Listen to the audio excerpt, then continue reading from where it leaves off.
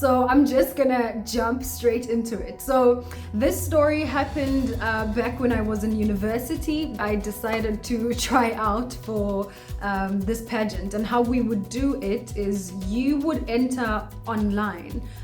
You'd have to submit a video of yourself, you'd send in your photos, and you'd fill out this form and send it in. And there were a couple of friends and some other people I knew who also, decided to enter the pageant. And so we all did, and we waited. You receive an email that congratulates you. If you don't get the email, you didn't make it. And so I didn't get the email for weeks, and a couple of people I knew got it, and so that's how I knew that I didn't make it. Fast forward to the day of the pageant, and I'm so heartbroken on this day because my friends and some people I know are going to be a part of this pageant. I'd lost my phone, so I recently got a new phone, and it was just like lying out there. Apparently somebody had been trying to call me the whole morning. So when I picked my phone up, I saw there was about 6 missed calls and a message, and it is from one of the people from the pageant, and she texted me and said, why aren't you here? Did you get our email? All the girls are here but you weren't. And so I jump out of bed, super confused because I never got an email, and so I text her back immediately. She apologized and said it probably went into my spam email. I should go check there. And so I really go into my spam messages, and there it is, lost in my spam messages. So guys, when you're expecting an email, check everywhere.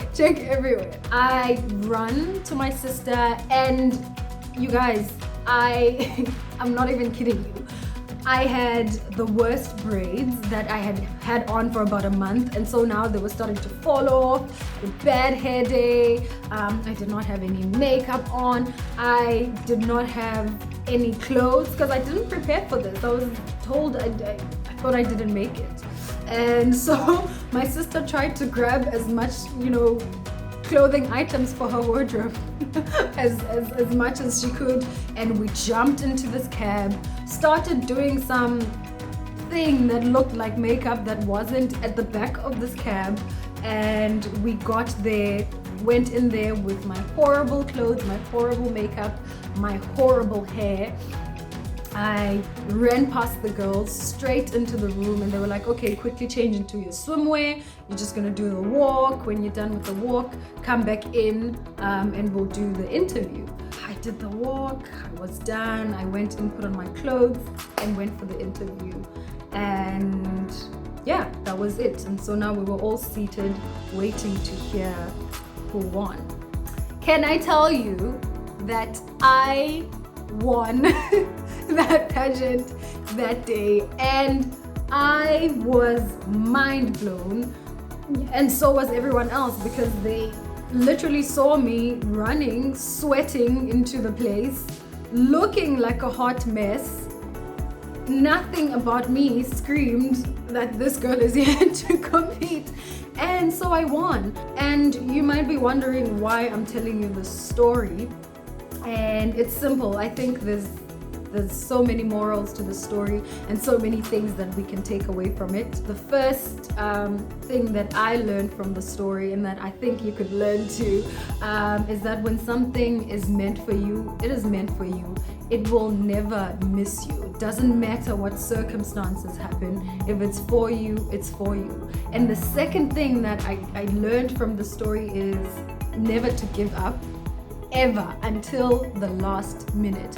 Because if I didn't run to that venue, it would have been so easy for me to give up. They would have called me and would have been like, we started at 11, it's now 2 p.m. and I would have given up. I would have been like, you know what, it's fine, I'm not coming anymore. I don't have anything. My hair's not done, my makeup's not done, I don't have anything. So it would have been easy for me to give up, but I didn't. I ran out of bed, ran to my sister, and I said, we're gonna go there. I don't care how horrible I look, I don't care. I'm just gonna go in and do it. If I don't win, then it will not be because I didn't try. And the third lesson that I think we can take from this is that we must always be ready. When we manifest our dreams and we want something to happen for us, you always have to stay ready in here and stay ready in here, so that no matter what happens, you are never caught by surprise. Because in as much as I wasn't ready physically for that moment, in my mind and inside and in my aura, I'd already manifested this into the universe and I was ready for it. So you never know when you're gonna get that call for that job that you've always wanted. You never know who's gonna walk up to you and scout you for whatever. You never know. So you always need to stay ready for that opportunity that someone is ready to offer to you. We have no control over life and what will happen. And it's our responsibility to try and thrive and to adjust to new situations. Just as what happened in the pandemic, none of us were expecting it, but I think we're all doing our best to try and adjust. So I never saw that day happening.